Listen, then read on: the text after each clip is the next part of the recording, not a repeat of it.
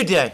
Today is Tuesday, 3rd June 2025, and I am making this program the day after the Russian and Ukrainian delegations met in Istanbul in a former Ottoman palace, now converted into a major business hotel, one which has conference rooms, in one of which the meeting between the Russians and the Ukrainians took place. And as always happens with these meetings, there's an enormous amount of speculation in advance as to what is going to happen.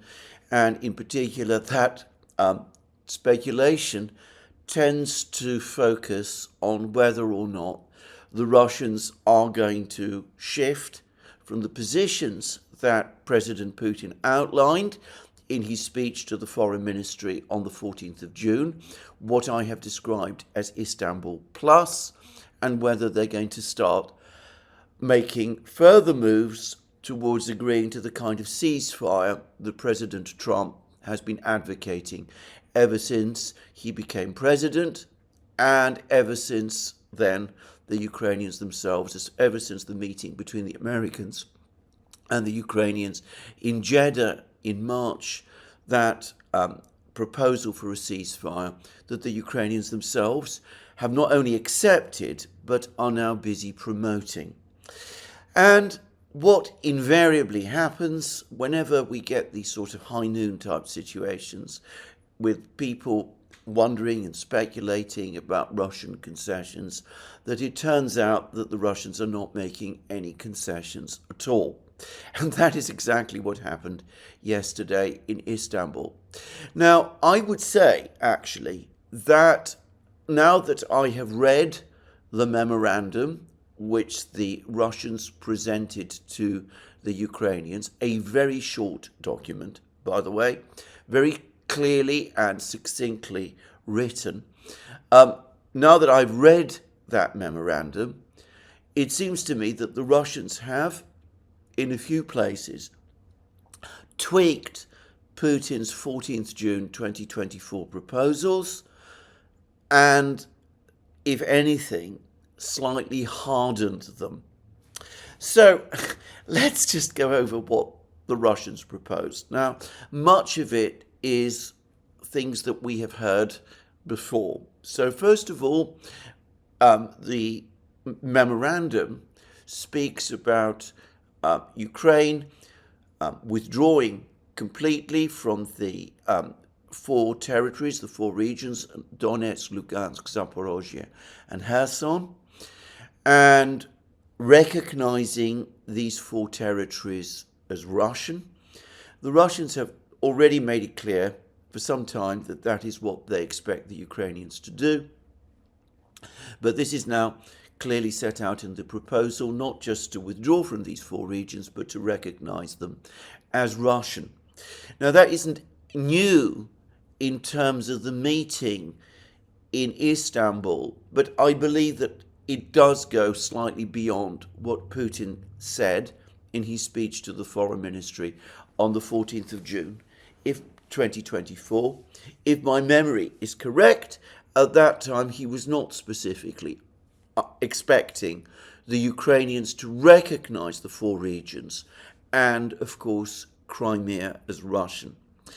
Now, however, it then goes beyond this, because the memorandum speaks about a final treaty between Ukraine and Russia having to be approved by the UN Security Council. Now, that treaty will, of course, incorporate a provision recognizing the four regions and Crimea as part of Russia. So if this treaty goes to the UN Security Council, then the Western powers, the United States, Britain and France, which have power of veto, will be put in a position of either having to support this treaty, in which case they will recognize the four regions plus Crimea as part of Russia in a formal legal document, or presumably they would either abstain or vote against the treaty.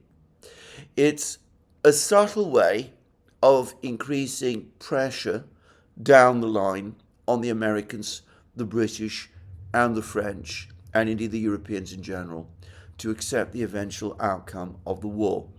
As far as I know, this is new. So that is one thing that this Russian memorandum also does. It does something else as well, which is also new. It talks about Ukraine obviously being a neutral country. It also requires various provisions to be enacted in the final treaty, confirming that. That would also, of course, be incorporated in the treaty that would then be presented to the UN Security Council for, in effect, legal ratification. So it would be binding on the Western powers not to go back on this agreement and to reverse position and to try to bring Ukraine into NATO at some future time. But of course, there's something else in the treaty as well, and this does definitely go beyond the April 2022 Istanbul Agreement, and as far as I know, it has not been floated by the Russians before. As well as calling for limits upon the size of the Ukrainian armed forces, this treaty specifically prohibits Ukraine not only from hosting bases of foreign troops on its territory, but from hosting even temporary deployments of foreign troops on its territory at all. Now, this goes beyond what was set out in the Istanbul 2022 agreement. The Istanbul 2022 agreement set out various guarantees, that there would be guarantees for Ukraine's security, that these would be provided by various powers. One of these powers would be Russia. Russia would provide, amongst other countries, security guarantees for Ukraine, and all of the guarantor countries, including, of course, Russia, would have a right of veto on deployment of foreign troops on Ukrainian territory, even for temporary periods of time. And that was an elaborate, elegant way of giving Russia veto rights over the deployment of foreign troops on Ukrainian territory. Foreign troops, obviously, means NATO troops. This time, the agreement is much more straightforward. Ukraine is not allowed to host foreign troops on its territory, including, of course, and especially, of course, NATO troops. It is as simple and as straightforward as that. So this memorandum, as I said, represents a significant hardening on Istanbul 1, the April 2022 agreement in that respect. And it is a hardening also from Putin's 14th June 2024 proposals, which, to my recollection, made no such provisions.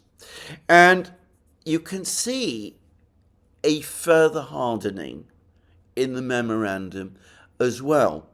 Now, the Istanbul Agreement of April 2022, the one that was never fully agreed, but which was agreed in draft with the two sides initialing it, actually said that Russia would support Ukraine's application to become a member of the European Union. This memorandum makes no reference to the European Union at all. It doesn't say that Russia objects to Ukraine's application to join the European Union, but nor does it say that Russia would support Ukraine's application to join the European Union. Now, perhaps and possibly, if Ukraine were ever to sit down and negotiate the point, accepting the memorandum, the Russian memorandum, as a framework for the final agreement, something which, of course, Ukraine outright refuses to do. Well, maybe in that event, that inconceivable event, that Ukraine, as I said, sat down and negotiated an agreement based on this memorandum, it might be that the Russians might be persuaded to revert to the original position of April 2022, in which they were supporting Ukraine's application to join the European Union. But at the moment, in this memorandum at least, they are not doing so.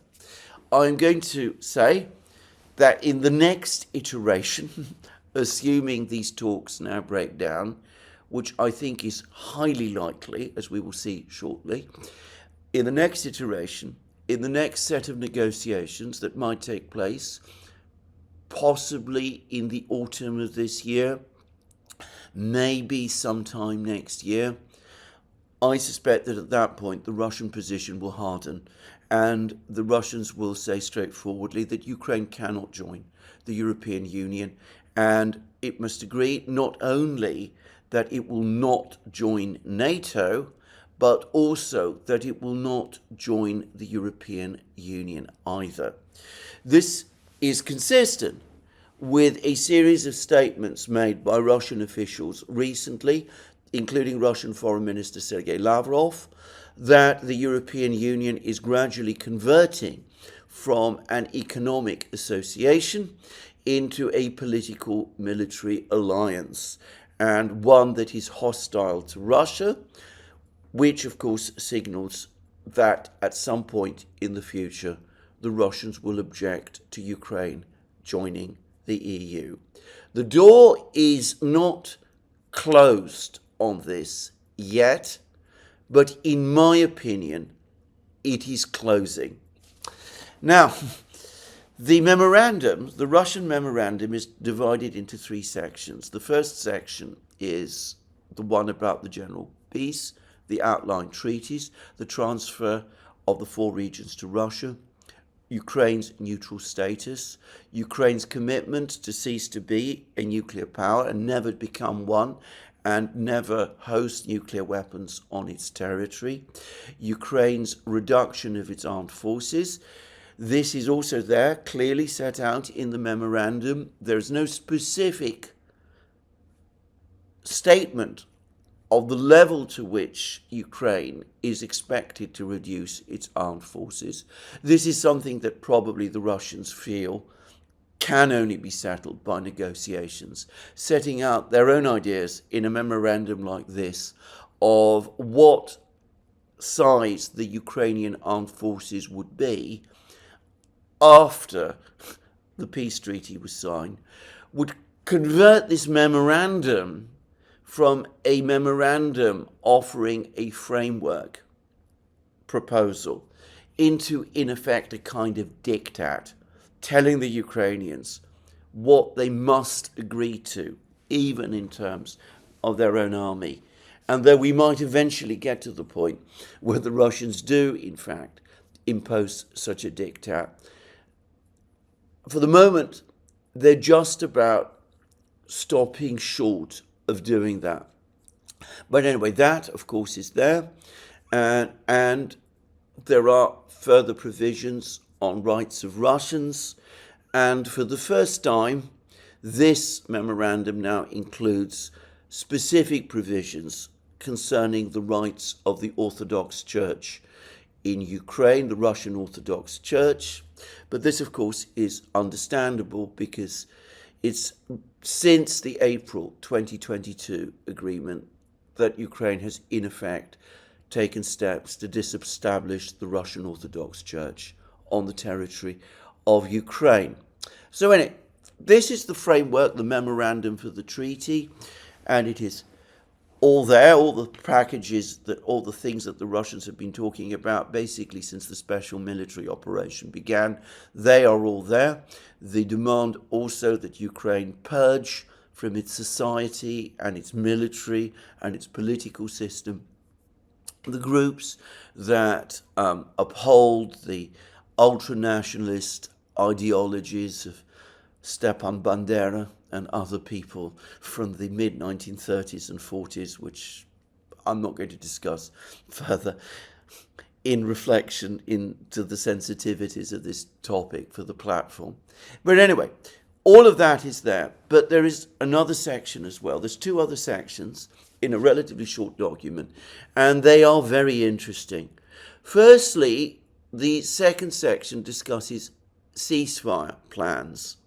And here we see that the Russians have had to maneuver a little, because Vladimir Putin, in his speech to the Foreign Ministry on the 14th of June 2024, said that Russia would only agree to a ceasefire whose purpose would be the withdrawal of Ukrainian troops from the four regions. No other ceasefire would do. Russia had been tricked into temporary ceasefires before, The February 2015 Minsk agreement contained a ceasefire. Ukraine used those ceasefires to rearm and to resume the war, and the Russians therefore would not countenance another temporary ceasefire. Well, that was the Russian position until March this year, to be precise, until the 18th of March this year, when, following the meeting between the Americans and the Ukrainians in Jeddah, where the Ukrainians agreed to an unconditional 30-day ceasefire, Donald Trump telephoned Vladimir Putin on the 18th of March of this year and demanded that Putin also agree to the same type of unconditional 30-day ceasefire. And Putin said that he could not agree to an unconditional ceasefire.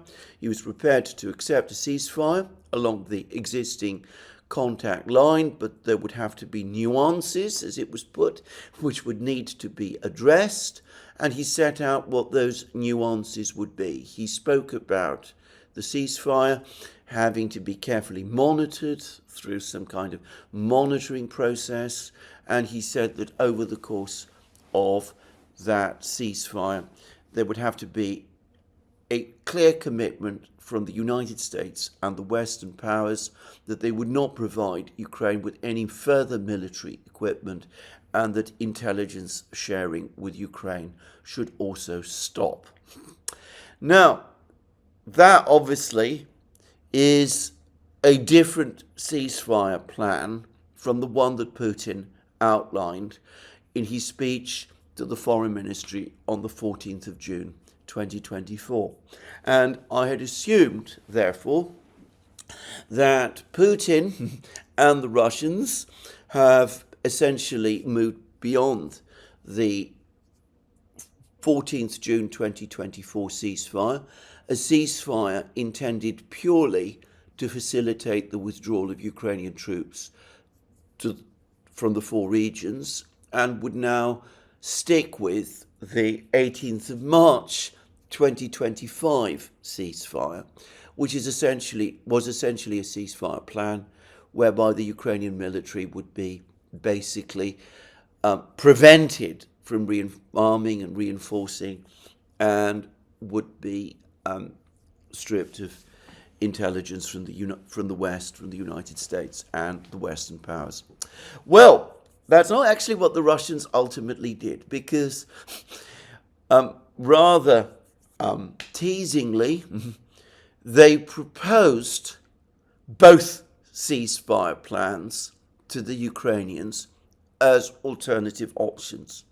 They said that the Ukrainians could choose between one of two ceasefire schemes. The first was Putin's 14th June 2024 ceasefire plan.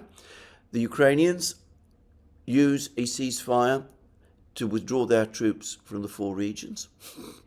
There would have to be agreements on how this was to be done, and there would be all kinds of procedures to that end. And if you read the entire memorandum in its entirety, it's clear that even this ceasefire would be limited to 30 days. So that would require the Ukrainians to pull all their troops out of the 4 regions within 30 days. Anyway, that is ceasefire plan 1, Putin's original ceasefire plan, or in the alternative ceasefire plan 2, the ceasefire plan that Putin basically agreed in response to Trump's demand for an unconditional ceasefire, a ceasefire on the existing contact line, but one in which the Ukrainians were denied further military supplies from the West. All military supplies from the West would cease, and intelligence sharing from the West would cease as well. Now, the Russians have toughened up this second ceasefire proposal.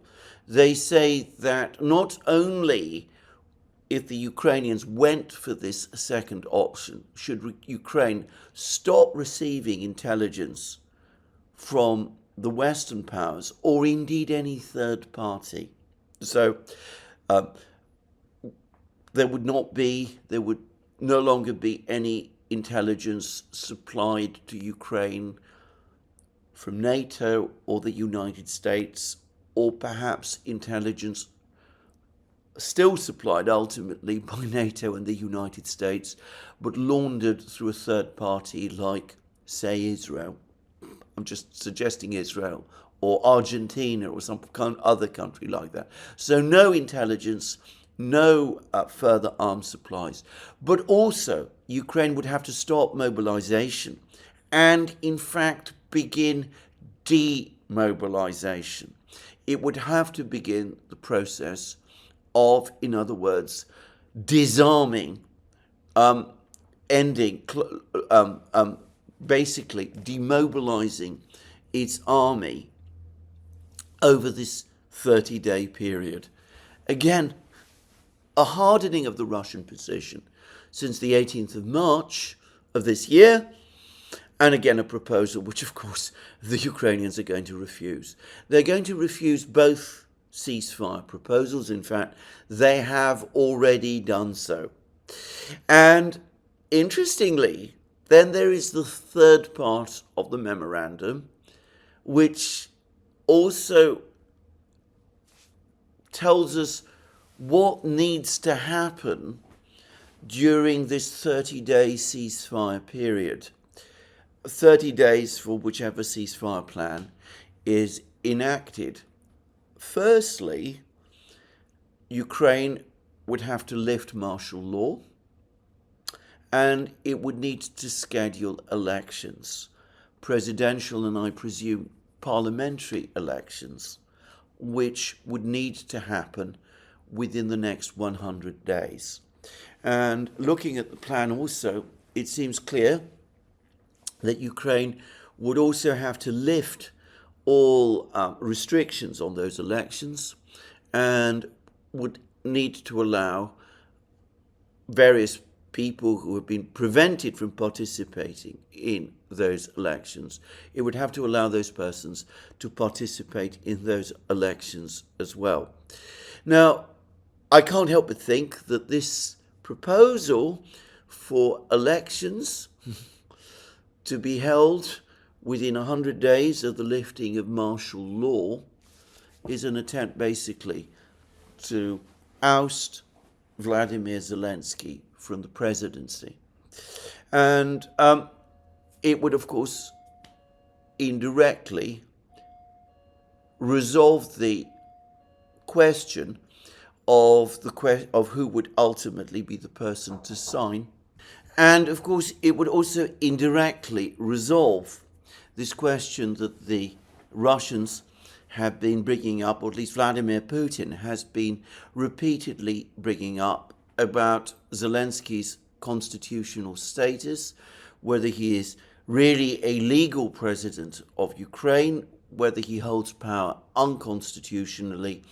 The Russians have repeatedly said that at the present time, they can't rely upon any signature to a final treaty that Zelensky signs because his own status under Ukrainian constitutional law is in question, and that might leave it open for Ukraine at some point in the future to simply go back on Zelensky's signature and say that Zelensky's signature is invalid and therefore the whole treaty also is. Anyway, that's what the Russians appear to be trying to do here. They're basically still casting doubt on Zelensky's legitimacy as president, and they're demanding that Ukraine hold elections in order to resolve that before the treaty, the final treaty, is signed. And it's pretty obvious that they want those elections, or would like those elections, to result in someone else, not Vladimir Zelensky, becoming president of Ukraine and being the person to sign that final treaty. Now, I think, incidentally, that the Russians over the last couple of days have given another pretty broad hint as to who it is that they would themselves prefer to see as the future president of Ukraine. I've spoken how in the past the Russians have seemed to want to see Viktor Medvedchuk, the leader of Ukraine's biggest opposition party before the February 2022 armed conflict began, that they wanted to see him as the future president of Ukraine. I think they've come to realize that Medvedchuk is too controversial a figure in Ukraine for that to happen. And I think that their hopes now rest on Mykola Azarov, who was Viktor Yanukovych's much respected, widely respected prime minister during the period when Yanukovych was president, until Azarov and Yanukovych fell out during the period of the Maidan protests. Azarov is, like Medvedchuk, in exile in Russia. He is, by the way, I understand, an ethnic Russian, just saying. But the Russians have just taken a step which confirms that they hold Azarov in extremely high regard, which is that they have just elected him a member of their Academy of Sciences. Now, I'm not going to discuss in this program the enormously high status within Russia of the Academy of Sciences, something that has no analogue in any Western country, just to say. But, for example, the fact that Andrei Sakharov, during the Soviet era, was a member of the Academy of Sciences, academician Sakharov, gave him a huge prestige within the Soviet Union and within Russia itself. And it was something which the Soviet government was never able to deprive Sakharov of. The Academy of Sciences consistently refused or resisted all attempts by the Soviet government to have Sakharov removed from the Academy of Sciences. So here we have Azarov, who does have a scientific past. He is a mining specialist, suddenly elevated to the status of academician. And obviously this confirms his prestige and makes him appear in Russia a person of very, very high repute indeed. Whether there is any realistic possibility of Azarov becoming the leader of Ukraine, to be frank, I completely doubt. But anyway, I suspect that there are some people in Russia who would be quite pleased if that were indeed the outcome. So there we have it. That's the Russian proposals. That's the set of proposals that the Russians have now provided to the Ukrainians. Far from seeing a softening of the Russian position, we have seen a slight hardening of the Russian position. Now, the Russians did come up with certain other proposals. The third part, as well as setting out, what would happen during the ceasefire, the lifting of martial law, the elections and all of that. They also set out various steps that would be taken along the way to achieving this 30-day ceasefire, what you might call confidence-building measures. They included an agreement by both sides to agree to short 3-day ceasefires on various parts of the battle lines in order to recover the bodies of dead soldiers. That is not, by the way, new in war. The Soviets and the Germans never did anything like that during the Second World War, but the Allies and the Germans did, just saying, the Western Allies and the Germans did. So that is not unusual. And the Russians have apparently told the Ukrainians that they are prepared to hand over to the Ukrainians 6,000 bodies of fallen Ukrainian soldiers, dead Ukrainian soldiers who are in their possession and who will be handed over to the Ukrainians without conditions, and so that these soldiers can receive, as the Russians put it, Christian burial. Incidentally, there is some confusion about whether these are 6,000 soldiers or 6,000 officers. My understanding is that we're talking about soldiers.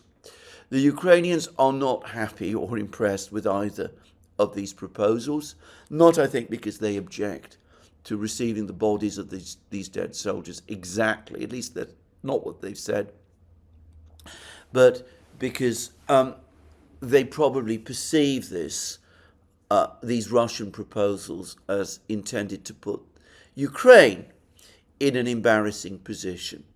And I believe that Ukraine doesn't have anything like 6,000 dead bodies of Russian soldiers it can send back to Russia in Ukraine. And I further suspect that the Ukrainians are not happy with the admission that there are 6,000 bodies of dead Ukrainian soldiers in Russian possession, because that speaks to much higher casualties overall, including dead and injured, than the Ukrainians have been willing to admit to up to now. But anyway, that was another proposal that the Russians made, and these are, as I said, are intended to be good faith, confidence building measures leading towards the kind of ceasefires that the Russians are now proposing. So it's all there in the Russian memorandum, and predictably, the Ukrainians are very, very unhappy. They don't like this. Zelensky has already said that the Russian negotiators are piffling and unimportant people. They're not up to the level and standard that one would expect from the Russians. Zelensky has trashed the idea of 3-day ceasefires, even for this limited humanitarian purpose. Only a 30-day unconditional ceasefire apparently will do. And predictably, he and Yermak, who is supposedly on his way to Washington, are now demanding sanctions, more sanctions and more actions by the Western powers to force the Russians to make concessions and to agree to the unconditional ceasefire, which essentially, to all intents and purposes, is the only thing that Ukraine currently is prepared to accept. So that's where we are. That's where the Russian proposals are taking us. Now, the meeting between the Russian and Ukrainian delegations apparently lasted for just over an hour, which doesn't surprise me. After all, what is there to discuss? The gap between the two sides is enormous, and frankly, at the moment, it looks to me unbridgeable. But interestingly, it turns out that the head of the Ukrainian delegation, the Ukrainian defense minister, Rustem Umerov, and Vladimir Medinsky, the Russian chief negotiator, who is turning out to be an awful lot tougher and much more incisive than he was at the time of the March 2022 negotiations. He made a public statement ridiculing the entire Ukrainian issue about supposed abducted children. I've already discussed this in many places, and I've made my own feelings about this clear. I consider this whole topic to have no legal foundation at all. But anyway, Medinsky spoke about it in absolutely mockingly harsh terms, something I remember that he never did during the March and April negotiations in 2022. Anyway, Medinsky and Umerov had a private meeting which lasted for apparently 2.5 hours. And that appears to have been the major meeting between these two. Umerov himself apparently skipped the meeting between the two negotiating teams. He was away for 40 minutes of it. So the entire Ukrainian delegation was only in the meeting room with the entire Russian delegation for something like 30 minutes. The real discussion took place between Medinsky and Umerov before the discussion took place. And it's very, very interesting, and it begs a number of questions. And I'm going to suggest that the reason it happened like that is because Medinsky wanted to make clear to Umerov in a format separate from the plenary session that these terms that the Russians are putting are indeed effectively final terms, that this is indeed an ultimatum in effect, that if Ukraine imagines that escapades like sending drones into Russian air bases, taking steps to cut off electricity supplies in Zaporozhye and Kherson region, as has happened over the last 24 hours, or planting bombs on railways which kill Russian civilians, if the Ukrainians think that anything like that is going to make the Russians shift their ground or modify their position in any way, then the Ukrainians are completely wrong and entirely deluded, and that in Ukraine's own interests, it should accept these proposals because they are the best proposals that Ukraine is going to get.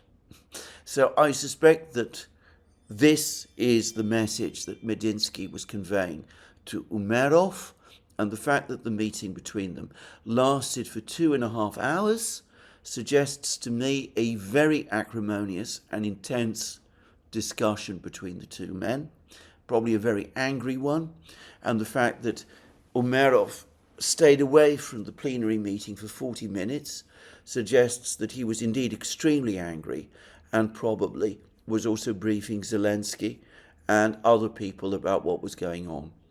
Now, there is a further intrigue coming out of the meeting in Istanbul, at least according to the Russians. They're claiming that whilst the meeting was underway, even whilst the Turkish Foreign Minister, Mr. Fidan, was introducing the two delegations to each other, the Ukrainians were busy sending messages on their mobile phones to some mysterious third party. Now, this could all be overblown. It may be that the Ukrainians were communicating with their own government, Zelensky and the others in Kiev itself, or it could be that the Ukrainians were indeed briefing someone in Europe or maybe someone in the United States. It really doesn't matter. But anyway, it was a strange thing to do. And it could also be the case, of course, that the Ukrainians were getting instructions even whilst the talks were taking place. Anyway, I don't think we can describe what took place in Istanbul yesterday as a negotiation. The Ukrainians came with their proposal for an unconditional ceasefire, in effect a freezing of the conflict. The Russians ignored that proposal completely, as far as I can see. It's essentially the same proposal, apparently, that Kellogg and the Ukrainians hammered out together, the 22-point plan that Witkoff was supposed to take with him to Moscow and to present to Putin. Putin refused to meet Witkoff with that proposal and refused to receive this 22-point plan. The Russians behaved throughout the meeting yesterday as if that Ukrainian proposal, which they obviously don't take seriously, anyway, they behaved as if that proposal did not even exist. And as for the Ukrainians, they were presented with this Russian memorandum, which, as I said previously, looks to me to have something of the quality of an ultimatum about it, a fact backed by comments made by people like Dmitry Medvedev in Russia. And obviously, they weren't happy at all with what they were given. So the Ukrainians went back, and they're already complaining in Kiev about what happened in Istanbul. And if reports are true, Zelensky has sent Yermak, his chief of staff, to Washington, and I am going to guess that Yermak's purpose in going to Washington is to try to persuade the Americans that this negotiation process is going absolutely nowhere. What the United States needs to do in order to force the Russians to come round is to step up military supplies and to impose Lindsey Graham's bone-crushing sanctions. Ukraine is not going to accept these proposals. Anyway, that's where we are. There are also reports that Donald Trump is very frustrated by the outcome of these discussions in Istanbul. The American ambassador to Istanbul is apparently saying this. Well, Donald Trump may be very frustrated, but as I said, on many occasions, he cannot control Vladimir Putin or the Russians. He simply doesn't have the leverage over them to get them to make compromises, to make concessions on points that the Russians consider essential and existential to themselves. Now, at this point, I need to turn to another topic, which is this extraordinarily confusing and garbled question about whether or not Donald Trump was indeed briefed about the Ukrainian attack on the Russian bases, the bases of the strategic aviation that the Ukrainians carried out in what they now are, they're calling it Operation Spider's Web, a somewhat,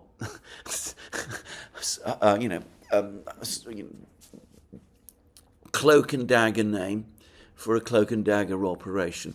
By the way, we have gradually got more information about the actual damage that the Ukrainians did over the course of this operation.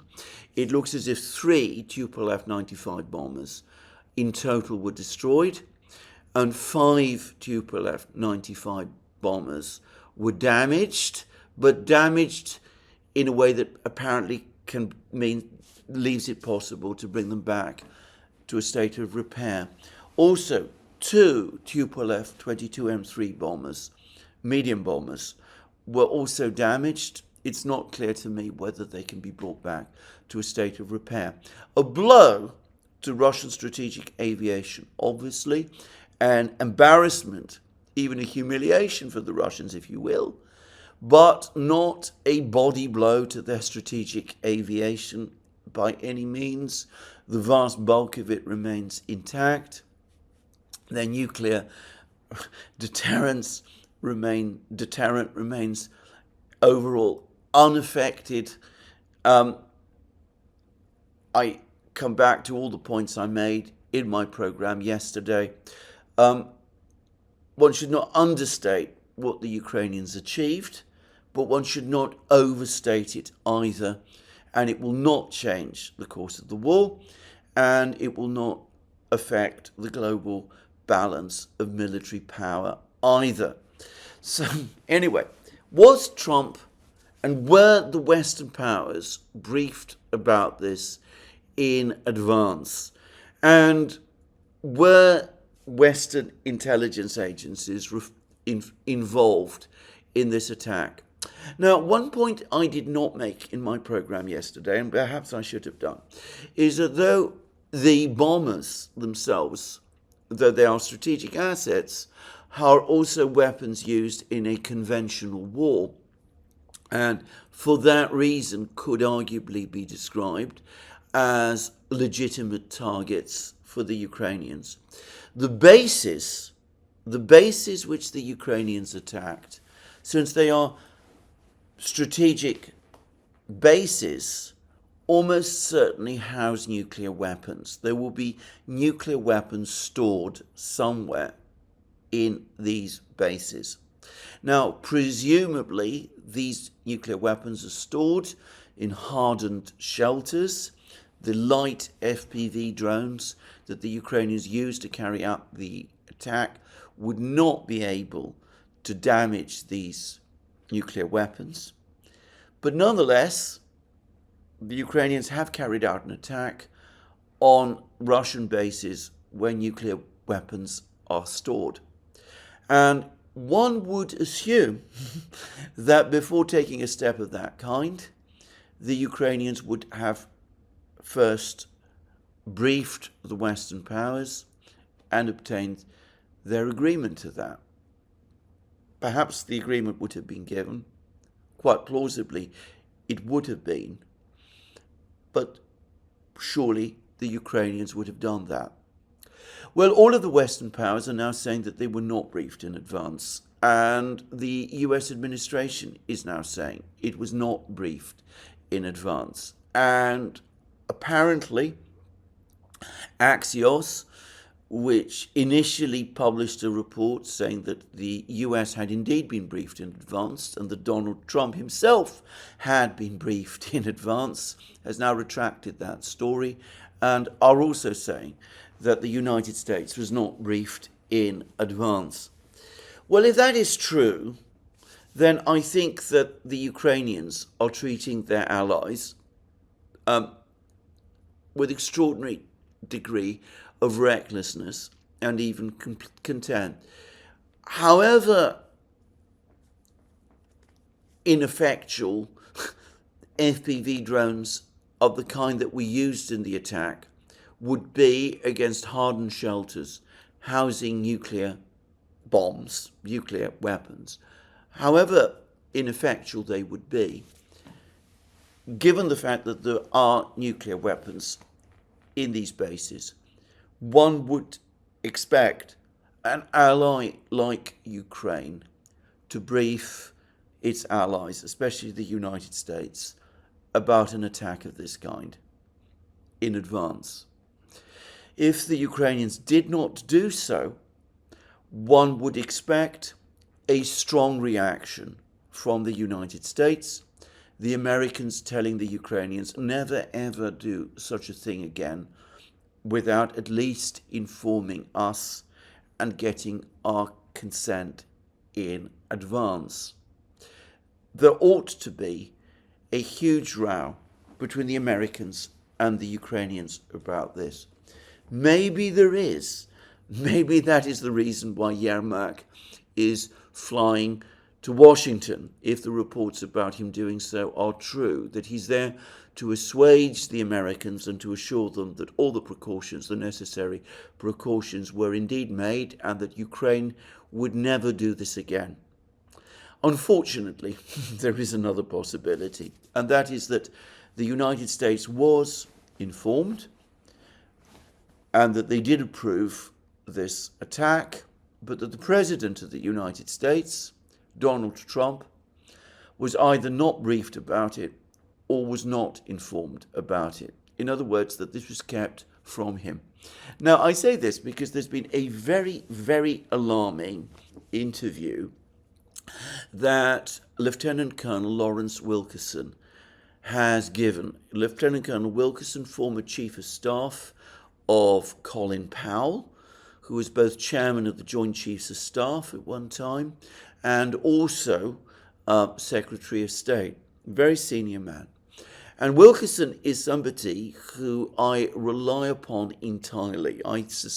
Anything that he says, I absolutely consider to be true.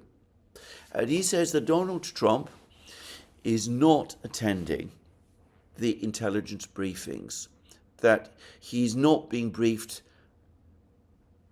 by the intelligence community, he's not attending the daily brief, that the person who is being briefed by the intelligence community is the Vice President, J.D. Vance, and that Trump himself is not attending. Now, I think this is extremely bad and wrong, and I would say that Trump, as President of the United States, must and should attend those daily briefings. As Wilkerson correctly said, it is through attending those sort of briefings that the President is properly informed about what is going on, not just about what the other side might be doing, but about what his own side might be doing. It will be through the daily briefings, for example, that the President might learn that there is an operation being prepared by Ukraine to launch drone attacks on Russian strategic bases. Just saying. And then the President can ask and find out why he has not been informed about this in advance, and can bring those who might have done this sort of thing back into line. Wilkerson gave an example of what happened when the President was not attending to the intelligence properly. He pointed to the Iran-Contra affair, which was concocted by two officials of the US National Security Council, Admiral Poindexter and Lieutenant Colonel Oliver North, as I very well remember. And that, of course, landed the President at the time, Ronald Reagan, in a great deal of political problems and created a crisis, a potential crisis between the United States and Iran. So the President needs to be informed. It is not good enough to just leave these matters in the hands of the Vice President. The Vice President does not have the President's authority, even if the President tells the bureaucracy that he does. The bureaucracy knows that the Vice President is not the President himself and does not have the power, the constitutional power, to give instructions to them in the way that the President can do, and they will simply ignore, if they choose, some of his apparent instructions. If the President himself is not receiving his briefs, then he will gradually lose control of his own government. Now, I'm not going to discuss this further because I don't know what role, if any, this played in the events of the last couple of hours, Operation Spiderweb and all of that. But if it did, then it should set alarm bells ringing in the White House, and Donald Trump himself needs to consider very carefully where he's going and what he's doing and how he's managing his administration at this time. Now, to repeat again, we are at an impasse in the negotiations. Nobody should expect the Russians to moderate their stance. There's been a lot more news from the front lines over the last 24 hours. The Russians seem to be pushing forward in Sumy area in northern Ukraine, And it's almost as if resistance by the Ukrainians there is so weak that they're not able to hold the Russians back in any place. Russian attacks seem to capture territory and fortified positions and villages almost with, I won't say without resistance, but only against very, very limited resistance. There's also reports that the Russians are on the verge of a breakthrough in the Liman area. They captured this village of Redlogub, I think I'm getting its name right, some days ago. They then reached the Nitrius, the river Nitrius, which many people assumed would be the point where this attack would stop and where the Russians would start turning south and advancing towards Liman. But instead the Russians, and there's confirmation of this, have apparently crossed the river Nitrius, again apparently unopposed, and are advancing deeper into Ukrainian positions, which in this area of the battlefronts also are looking extremely unstable. And there are reports that the Russians also have made major advances south of Konstantinovka.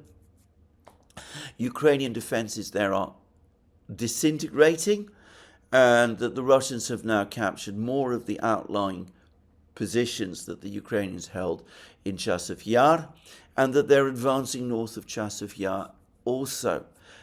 Throughout the battlefronts, Ukrainian resistance looks increasingly ragged, and I'm only touching on some parts of the battlefronts. There's more reports going on about Russian advances in Zaporozhye region, in Gulyapolye, towards the town of Gulyapolye, for example, which I simply don't have the time to cover at length in this program.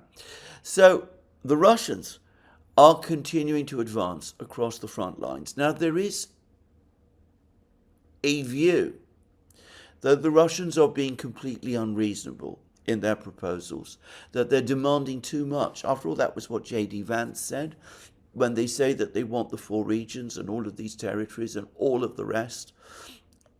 And some people are also saying, there's an article about this in Responsible Statecraft by Anatol Levin, for example. He's saying that both the Russians and the Ukrainians are demanding too much.